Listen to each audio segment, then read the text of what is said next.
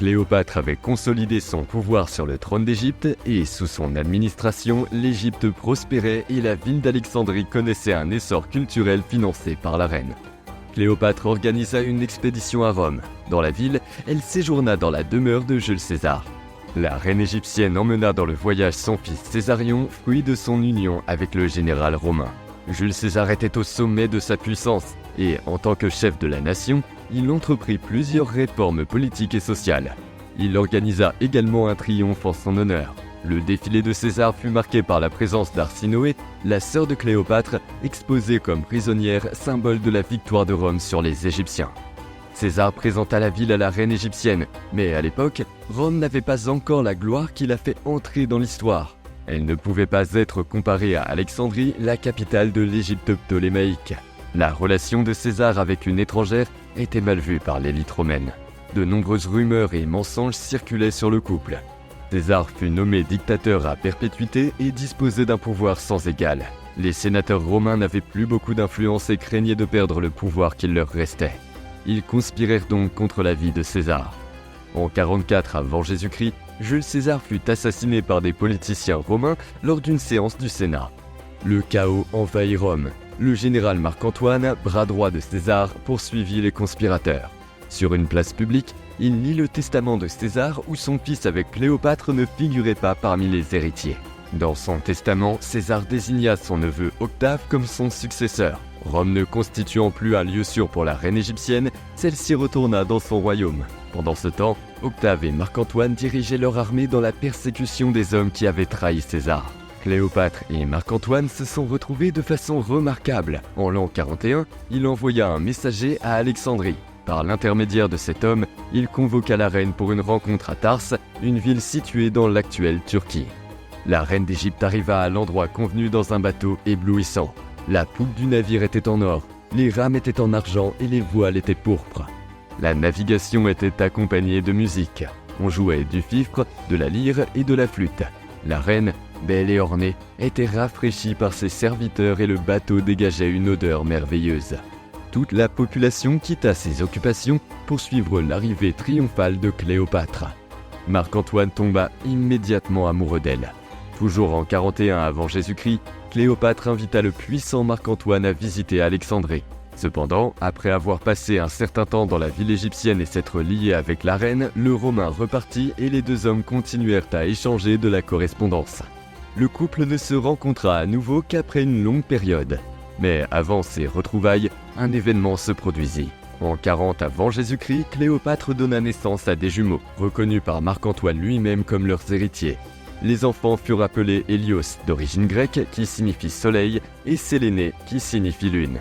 Pendant l'absence du soldat romain, séparé de la reine égyptienne, il reprit même sa relation avec son épouse Fulvia à Rome, sans toutefois pouvoir oublier Cléopâtre. Fulvia finit par mourir, ce qui facilita peut-être les choses et permit à Marc-Antoine de rejoindre enfin Cléopâtre. Mais Octave, le neveu de Jules César, ne voulait pas que cela se produise. Il proposa à sa sœur Octavie d'épouser le général romain. C'est ce qui se passa et ils eurent 3 enfants en 2 ans. Après la mort de César, Marc-Antoine devint consul général. Plus tard, son pouvoir fut divisé entre lui, Octave et Lépide, une association politique connue sous le nom de Second Triumvirat.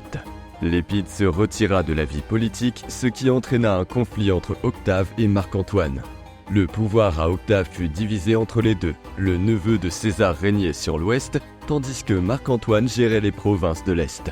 Bien qu'ils soient mariés et même contre la volonté d'Octave, l'idylle entre Marc-Antoine et Cléopâtre n'était pas terminée. Ils se retrouvèrent dans la ville d'Antioche où ils officialisèrent leur union. L'histoire d'amour entre les deux était florissante. À Alexandrie, ils semblaient tous deux amoureux.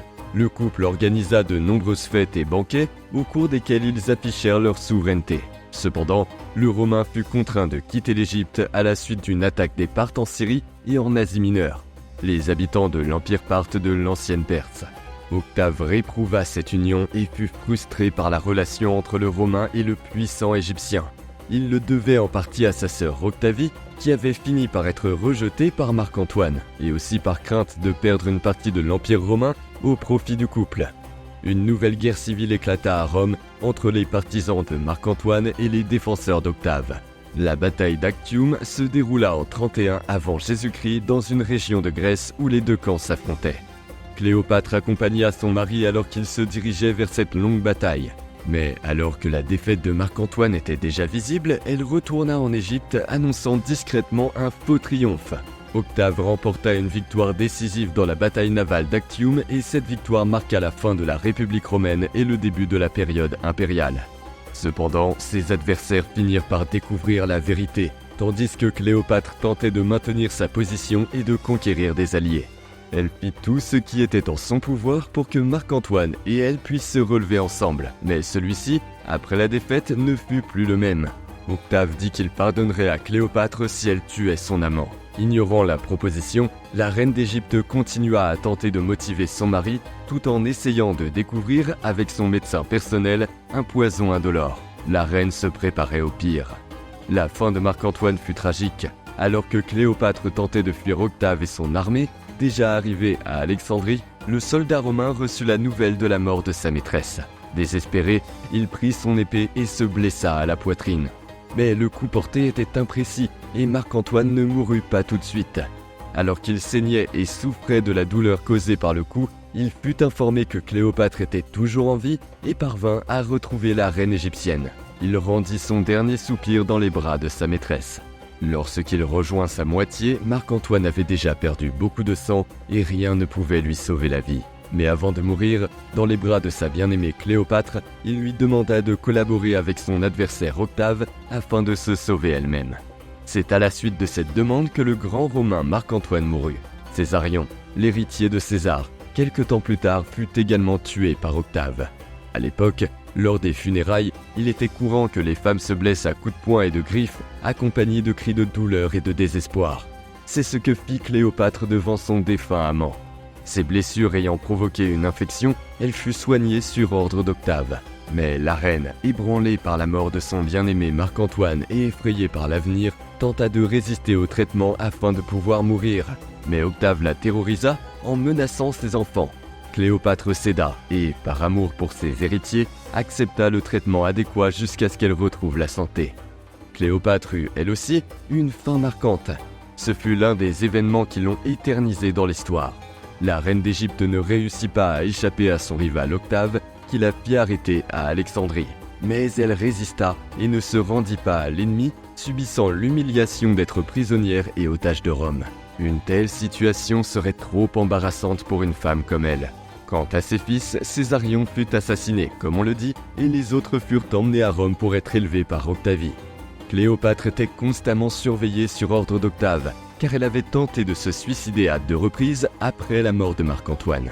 Mais les plans d'Octave ne se déroulèrent pas comme prévu. La reine, toujours rusée, mit fin à ses jours. Auparavant, elle avait envoyé une lettre à Octave dans laquelle elle demandait à être enterrée à côté de son défunt mari. En ce qui concerne sa mort, certaines sources affirment qu'elle fut mordue volontairement par un serpent et qu'elle serait morte du poison. D'autres sources et érudits affirment que Cléopâtre a pris du poison. Compte tenu de ces incertitudes, sa fin est très controversée. Certaines sources affirment que le médecin personnel de Cléopâtre avait une grande connaissance des poisons. En outre, la reine fut toujours un stratège et une personne efficace. Il est fort probable qu'elle ait préparé sa mort à l'avance. Enfin, même si la version la plus célèbre est celle qui affirme que Cléopâtre est morte en étant délibérément mordue par un serpent, il est plus probable qu'elle ait ingéré un poison mortel qui n'a pas provoqué de malaise majeur au moment de sa mort. Elle a été retrouvée sur un canapé, vêtue de beaux vêtements. Les gens ont affirmé qu'elle avait une expression sereine. Elle est morte 9 jours après la mort de son amant. Ses funérailles furent solennelles et élégantes, dignes d'une reine égyptienne. Sa demande d'être enterrée à côté de Marc-Antoine fut respectée. Après la mort du puissant monarque, l'Égypte devient une province romaine. C'est la fin de l'hégémonie de la dynastie ptolémaïque en Égypte. L'histoire de Cléopâtre est fascinante. Nombreuses de ses ancêtres féminines furent d'importantes souveraines égyptiennes au même titre que leurs maris. Curieusement, les femmes égyptiennes jouissaient à l'époque d'une plus grande liberté que les femmes d'autres civilisations. Cléopâtre ne joua pas un rôle secondaire dans cette lignée de femmes souveraines et fut une figure de renom. Le parcours de sa vie fut particulièrement mouvementé et impressionnant à plus d'un titre. Tout d'abord, la lignée ptolémaïque, impressionnante par le nombre de meurtres parmi les membres de la famille elle-même. Cette habitude a d'ailleurs été héritée par Cléopâtre.